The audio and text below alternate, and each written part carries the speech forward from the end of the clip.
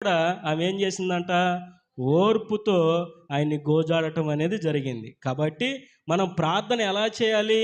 ఆ విధవరాలు ఎలా అయితే ఓర్పు కలిగి ఆ ప్రార్థనకి తనకి ఉన్న కష్టం నుండి, ఆ యొక్క శ్రమ నుండి విడుదల పొందుకునేంత వరకు ఏ రీతిలో ప్రార్థన చేసిందో, నీవు, నేను, మనం కూడా అలా ప్రార్థన చేసే వ్యక్తులంగా ఉండాలి.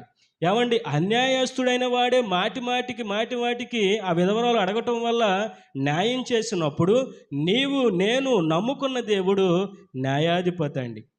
ఏవండి, మన దేవుడు అన్యాయస్తుడు కాదు, న్యాయం చేసేవాడు. అలాంటి వాడిని నీవు, నేను, మనము అడగటం వల్ల మనకి తప్పనిసరిగా జవాబుననేది దయచేస్తాడు. కాబట్టి నీకు ఏ విషయంలో అన్యాయం జరుగుతుందో ఆ అన్యాయాన్ని ఎవరి దగ్గర పెట్టాలి?